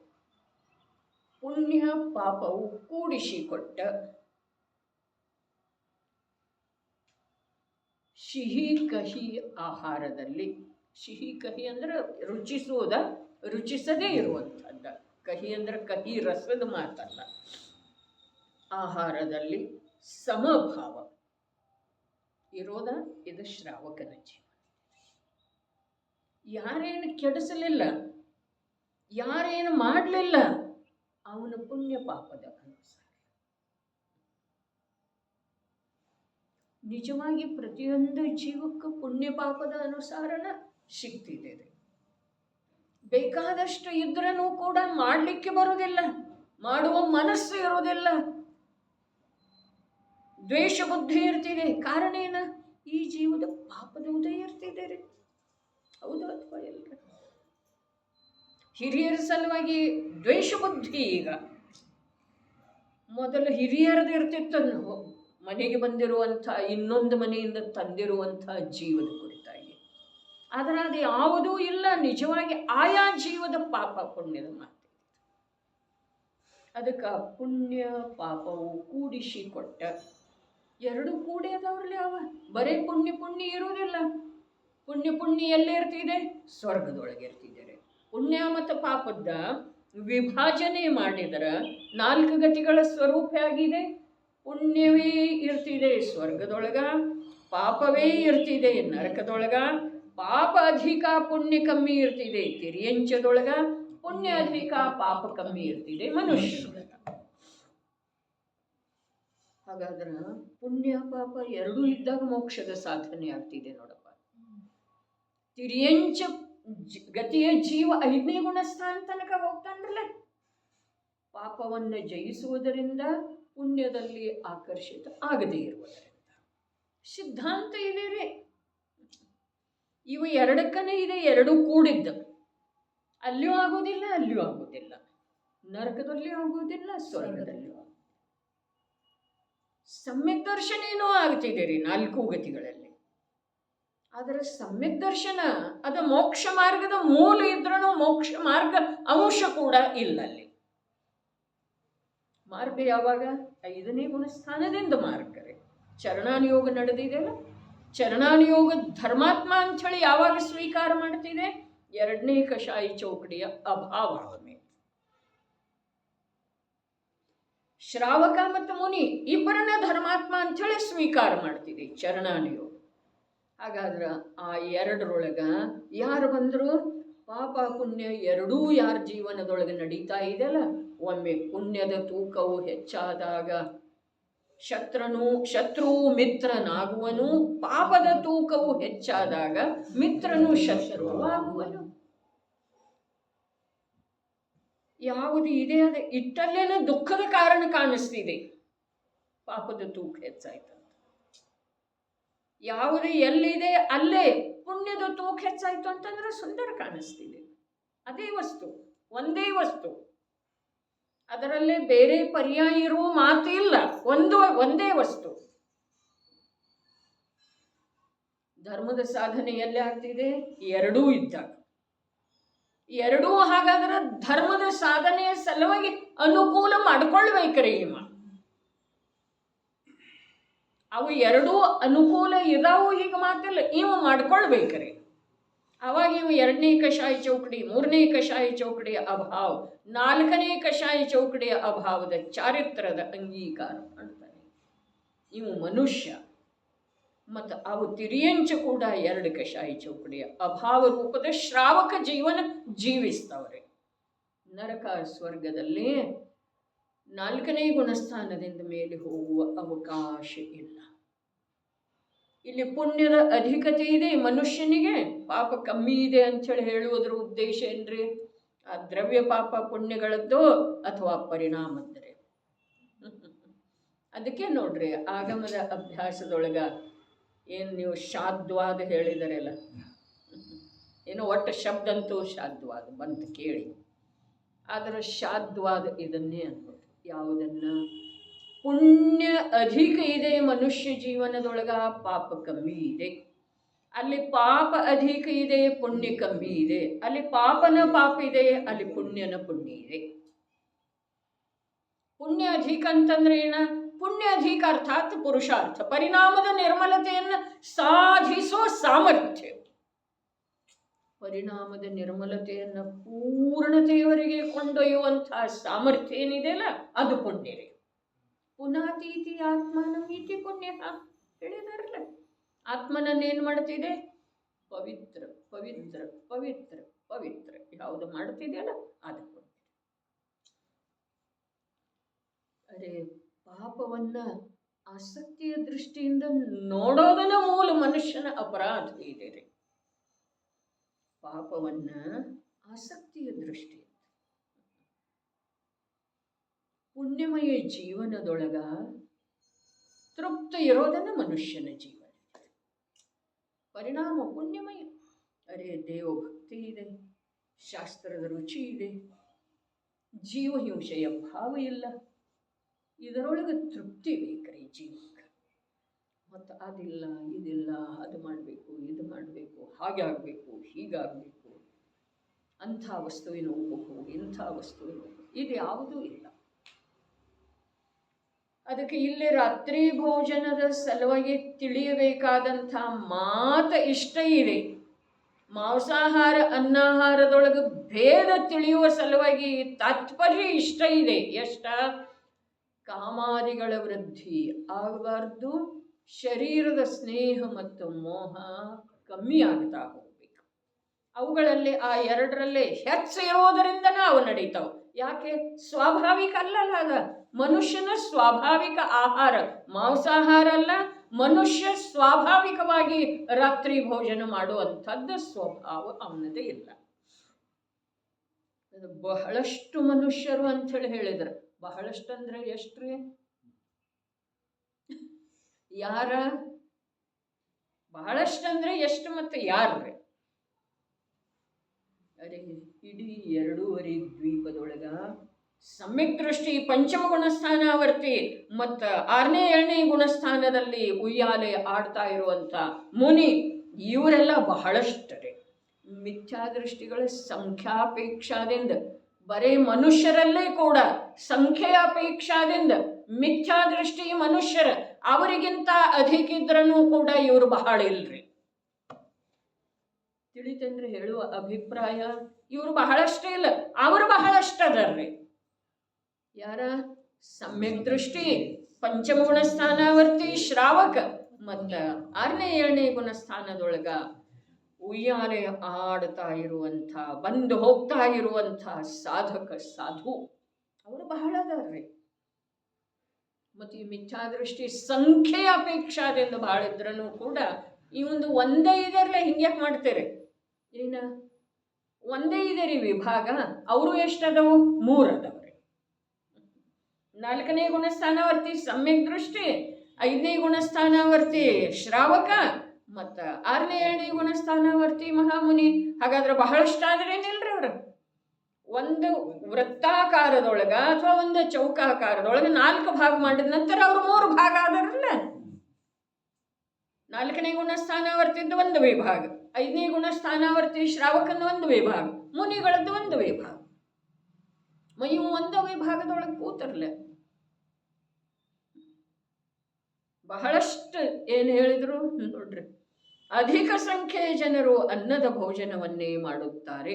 ಇನ್ನು ಮಾಂಸದ ಭೋಜನದಲ್ಲಿ ಕಾಮಾದಿಗಳ ಅಪೇಕ್ಷೆಯಿಂದ ಅಥವಾ ಶರೀರದ ಸ್ನೇಹ ಮೋಹದ ಅಪೇಕ್ಷೆಯಿಂದ ವಿಶೇಷ ರಾಗಭಾವವಿರುತ್ತದೆ. ಇದು 10 ಬಾರಿ ಅಂಡರ್ಲೈನ್ ಮಾಡ್ಬೇಕು ನೋಡ್ರಿ. ಏನು? ವಿಶೇಷ ರಾಗಭಾವ. ಅರೆ ಇದು ಮನುಷ್ಯನಿಗೆ ಶೋಭಾನೇ ಇಲ್ಲ, ಮನುಷ್ಯ ಜೀವನದ ಸಾರ್ಥಕತೆನೇ ಅಲ್ಲದ. ಮನುಷ್ಯ ಜೀವನದ ಸಾರ್ಥಕತೆ ರಾಗದ ಅಭಾವ. ಉತ್ತರೋತ್ತರ ರಾಗ ಕಮ್ಮಿ ಆಗ್ತಾ ಹೋಗೋದು. ಹೋದ ವರ್ಷ ಎಷ್ಟು ರಾಗ ಇತ್ತು ಅಷ್ಟು ಈಗ ಕಂಡು ಬರೋದಿಲ್ಲ ತನ್ನಲ್ಲಿ. ತನಗ ಜಗತ್ತ್ಯಾಗ ನೋಡ್ತಿದೆ ಆ ಮಾತಿಲ್ಲ. ಜಗತ್ತ್ಯಾಗ ನೋಡ್ತಿದೆ ಆ ಮಾತಿದ್ರೆ ಆ ಜಗತ್ತರೆ. ಯಾವ ಜಗತ್ತ? ಕೇವಲ ಭಗವಂತರ ಜಗತ್ತರೆ. ಅವರು ನಮ್ಮನ್ನೇ ಹೇಗೆ ನೋಡ್ತಾ ಇದ್ದಾರೆ ಅದಕ್ಕೆ ಮುಖ್ಯತೆ ಇದೆ. ಅಜ್ಞಾನಿಗಳದ್ದು ಮಾತಂತೂ ಇಲ್ಲಿ ಇಲ್ಲವೇ ಇಲ್ಲ. ವಿಶೇಷ ರಾಗಭಾವವಿರುತ್ತದೆ. ಏಕೆಂದರೆ ಮಾಂಸದ ಭೋಜನವು ಎಲ್ಲ ಮನುಷ್ಯರಿಗೆ ಸ್ವಾಭಾವಿಕವೂ ಪ್ರಾಕೃತಿಕವೂ ಆದ ಆಹಾರವಲ್ಲ.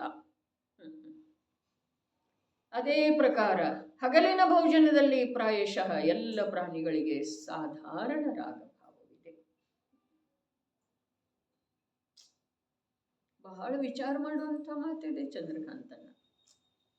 ಸಾಧಾರಣ ರಾಗಭಾವವಿದೆ.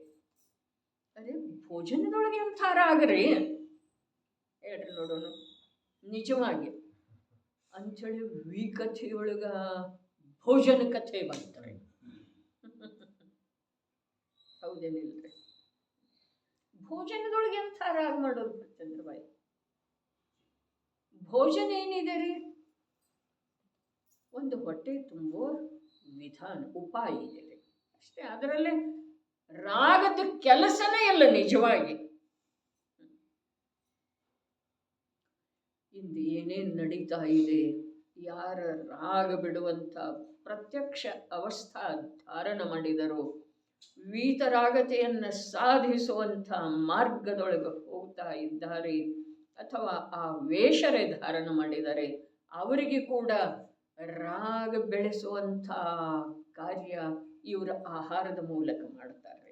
ಅಜ್ಞಾನಿ ಮಿಥ್ಯಾದೃಷ್ಟಿ ಸಮಾಜ ಅರ್ಥಾತ್ ಮೂರ್ಖ ಸ್ತ್ರೀಯರೇ, ನಿಜವಾಗಿ ಮೂರ್ಖ ಸ್ತ್ರೀಯರು. ಅರೆ ಎಂಥದ್ದೊಂದು ಪ್ರಾಸುಕ ಅನ್ನ ಬೇಯಿಸಿದ್ದ ಇರ್ತಿದೆ. ಅದರೊಳಗಿಂದ ಒಂದು ವಿಭಾಗ ಶ್ರಾವಕ ಮುನಿರಾಜರ ಪಾಣಿ ಪಾತ್ರದೊಳಗೆ ಇಡುತ್ತಾನ್ರಿ.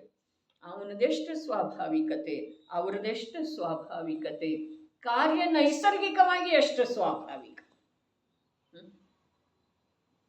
ಇವು ಮಾಡಿದಾನೆ, ಅವ್ರು ಮಾಡಿಕೊಳ್ಳುವುದಿಲ್ಲ. ಹೌದೇನಿಲ್ರಿ? ಮುನಿ ಆಹಾರದೊಳಗೆ ಏನು ವಿಶೇಷತೆ ಇದೆ?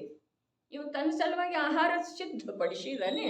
ಅವರ ಆ ಪ್ರಕಾರದ ವ್ಯವಸ್ಥೆಯನ್ನು ಬಿಟ್ಟು ಹೋಗಿದ್ದಾರೆ, ದಾಟಿ ಹೋಗಿದ್ದಾರೆ ಅವರ. ಅದಕ್ಕೆ ಅವರು ಕಂಡ್ರು ಅಂತಂದ್ರೆ ಆಧಾರದಿಂದ ಭಕ್ತಿಯಿಂದ ಬರಮಾಡಿಕೊಂಡ ಅವರ ಪಾಣಿ ಪಾತ್ರದೊಳಗ ತನ್ನ ಸಲುವಾಗಿ ಬೇಯಿಸಿದ ಆಹಾರವನ್ನ ವಿಭಾಗ ಸಂವಿಭಾಗ ಅತಿಥಿ ಧರ್ಮದ ಮಾತು ಎಲ್ಲಿ ಅದವ್ರೆ? ಎಷ್ಟು ಕೃತ್ರಿಮತೆಗೆ ಬಂದಂತೆ ಇದೆ. ಹಾ, ಪುಸ್ತಕನೊಳಗ ಕೇಳೋದಾಗೈತಿ. ಅದೇ ಖರೆ. ಅಷ್ಟರೇ ಈ ಪ್ರಕಾರದ ಅರ್ಥರೇ ಕೇಳುವ ಯೋಗ್ಯತಾ ಇದೆ ಅಲ್ಲೇ ನಮ್ದ. ಬರೇ ಅದನ್ನೇ ನೋಡಿದ್ದನ್ನೇ ಸತ್ಯ ಅನ್ನುವಂಥ ಮೂಢ ಅವಸ್ಥೆಯೊಳಗರೆ ನಾವೆಲ್ಲರ ಅಷ್ಟು ಭಾಗ್ಯರು. ಮೂರ್ಖ ಸ್ತ್ರೀಯರು ಅವರ ಅಂತರಂಗದೊಳಗ ರಾಗವನ್ನು ಜಯಿಸಬೇಕು ಅಂಥೇಳಿ ಅವರ ಆ ಅವಸ್ಥೆಯನ್ನು ಧಾರಣ ಮಾಡಿದ್ದಾರೆ. ಆ ಅವಸ್ಥೆಯ ಮರ್ಯಾದೆ ಕಾಯ್ದರೆ ಇವರ ರಾಗರಹಿತ, ಅವರ ಕುರಿತಾಗಿ ಇವರು ಮೊದಲ ರಾಗರಹಿತ ಆಗಬೇಕು. ಆಹಾರದ ಕುರಿತಾಗಿ ಅಂತೂ ಮೊದಲ ರಾಗ ಬರಲೇಬಾರ್ದು. ಆಮೇಲೆ ಅವರ ರಾಗದ ವೃದ್ಧಿಗೆ ಅಥವಾ ಅವ್ರದ ಸಾಯ್ತಾ ಇರುವಂಥ ರಾಗಭಾವ ಇದೆಯಲ್ಲ, ಅದನ್ನು ಪುನಶ್ಚೇತನಗೊಳಿಸುವಂಥದ್ರಲ್ಲಿ ನಿಮಿತ್ತ ಆಗಬಾರ್ದ್ರಿ. ಹಾಗೆ ಆಯಿತು ಅಂತಂದ್ರೆ ಇವರಿಗೆ ಇಂಥ ಅವಸ್ಥೆ ಸಿಗೋದು ಅನಂತ ಕಾಲದೊಳಗೆ ಕಠಿಣ. ಅರಿಯದೇ ಮಾಡುವ ಪಾಪ ಕೂಡ ಬಹಳಷ್ಟು ದುಃಖವನ್ನ ಅಥವಾ ಬಹಳಷ್ಟು ವಿಪತ್ತನ್ನ ತಂದು ಕೊಡುವಂಥದ್ದಿದೆ. ಆದರೆ ಅದು ವಿಪತ್ತು ಅಂತ ಹೇಳಿ ಕಾಣಿಸಿರಬೇಕಲ್ಲ ಇವನಿಗೆ, ಮೊದಲ ಜೀವನಿಗೆ. ಪ್ರಾಯಶಃ ಎಲ್ಲ ಪ್ರಾಣಿಗಳಿಗೆ ಸಾಧಾರಣ ರಾಗಭಾವ ಏನ ಹಗಲಿನ ಭೋಜನದಲ್ಲಿ ಪ್ರಾಯಶಃ ಎಲ್ಲ ಪ್ರಾಣಿಗಳಿಗೆ ಸಾಧಾರಣ ರಾಗಭಾವವಿದೆ. ಏಕೆಂದರೆ ಒಂದೊಂದು ವಾಕ್ಯದೊಳಗ ರಹಸ್ಯ ಮಹತ್ವತೆ ತುಂಬಿದ್ದಿದೆ ನೋಡ್ರಿ. ಏನು ಹೇಳ್ರು? ಹಗಲಿನ ಭೋಜನವು ಎಲ್ಲ ಪ್ರಾಣಿಗಳಿಗೆ ಇರುತ್ತದೆ. ಅದರೊಳಗೆ ರಾಗ ಏನಿದೆ ರೀ? ಎಲ್ಲಾರ ಮನೆಯಾಗ ಅಡಿಗೆ ನಡೆದದ್ದು ಇದೆಯಲ್ಲ, ಅದರೊಳಗೆ ವಿಶೇಷ ಏನಿದೆ ಹೇಳ್ರಿ ನೋಡೋಣ. ಎಲ್ಲ ಪ್ರಾಣಿಗಳಿಗೆ ಇರುತ್ತದೆ. ಮತ್ತು ರಾತ್ರಿಯ ಭೋಜನದಲ್ಲಿ ಕಾಮಾದಿಗಳ ಅಪೇಕ್ಷೆಯಿಂದ ಹಾಗೂ ಶರೀರದಲ್ಲಿ ಅಧಿಕ ಸ್ನೇಹವಿರುವ ಅಪೇಕ್ಷೆಯಿಂದ ಹೆಚ್ಚು ರಾಗಭಾವವಿರುವುದರಿಂದ ರಾತ್ರಿಯ ಭೋಜನವು ತೀರ ಕಡಿಮೆ ಮನುಷ್ಯರಿಗೆ. ಇಲ್ಲಿ ಮನುಷ್ಯ ಹೇಳಿದರು, ಪ್ರಾಣಿ ಹೇಳಿದರೆ ಅದೇ ವಾಕ್ಯದಲ್ಲಿ ಮೇಲಿರೆ. ಹಗಲಿನ ಭೋಜನ ಎಲ್ಲ ಪ್ರಾಣಿಗಳಿಗೆ ಇರುತ್ತದೆ ಅಂತ ಹೇಳಿದ್ದಾರೆ. ಮತ್ತು ಇಲ್ಲಿ ಏನು ಹೇಳಿದರು? ರಾತ್ರಿ ಭೋಜನದಲ್ಲಿ ಕಾಮಾದಿಗಳ ಅಪೇಕ್ಷೆಯಿಂದ ಹಾಗೂ ಶರೀರದಲ್ಲಿ ಅಧಿಕ ಸ್ನೇಹವಿರುವ ಅಪೇಕ್ಷೆಯಿಂದ ಹೆಚ್ಚು ರಾಗಭಾವವಿರುವುದರಿಂದ ರಾತ್ರಿಯ ಭೋಜನವು ತೀರ ಕಡಿಮೆ ಮನುಷ್ಯರಿಗೆ ಇರುತ್ತದೆ. ಅಂದ್ರೆ ಮನುಷ್ಯ ಪ್ರಾಣಿ ಮಾತ್ರರಿಗಿಂತ ನಿಜವಾಗಿ ರಾಗ ಕಮ್ಮಿ ಇರುವಂಥ ಜೀವರೇ. ಮನುಷ್ಯ ಭವದೊಳಗಿರುವಂಥ ಜೀವ ಪ್ರಾಣಿ ಮಾತ್ರರ ಅಪೇಕ್ಷಾದಿಂದ ಶರೀರದ ಸ್ನೇಹ ಅಥವಾ ರಾಗ ಕಡಿಮೆ ಇರುವಂಥ ಜೀವರೇ.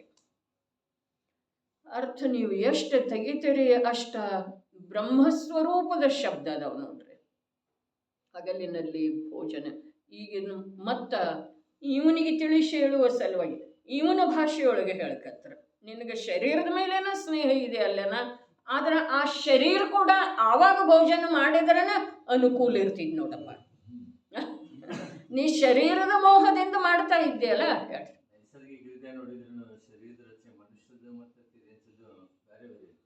ಹೌದ್ರಿ, ರಚನೆ ಬೇರೆ ಬೇರೆ ಇರ್ತಿದೆ. ತಿರಿಯಂಚಗಳಲ್ಲೇನ 2 ವಿಭಾಗ ಇದೆ ರೀ. ತಿರಿಯಂಚಗಳಲ್ಲೇನೆ 2 ವಿಭಾಗ ಇದೆ, ಶಾಕಾಹಾರಿ ಮಾಂಸಾಹಾರಿನೂ ಮತ್ತು ನಿಶಾಭೋಜಿ ಮತ್ತು ಹಗಲು ಭೋಜಿ ಅಂತೇಳಿ. ಅಲ್ಲೇ ಮನುಷ್ಯರೊಳಗೆ ಆ 2 ಭೇದ ಇಲ್ಲವೇ ಇಲ್ಲ. ಏಕೆಂದರೆ ಹಗಲಿನಲ್ಲಿ ಭೋಜನ ಮಾಡುವುದರಿಂದ ಎಷ್ಟು ಒಳ್ಳೆಯ ರೀತಿಯಿಂದ ಪಚನವಾಗುತ್ತದೆ ಮತ್ತು ಆರೋಗ್ಯವು ಎಷ್ಟು ಒಳ್ಳೆಯದಾಗಿರುತ್ತದೆ, ಅಷ್ಟು ರಾತ್ರಿಯಲ್ಲಿ ತಿನ್ನುವುದರಿಂದ ಎಂದೂ ಇರುವ ಸಾಧ್ಯತೆ ಇಲ್ಲ. ಆದುದರಿಂದ ರಾತ್ರಿ ಭೋಜನದ ತ್ಯಾಗ ಮಾಡಬೇಕಾಗುವುದು ಮತ್ತು ಹಗಲಿನಲ್ಲಿಯೇ ಭೋಜನ ಮಾಡಬೇಕಾಗುವುದು.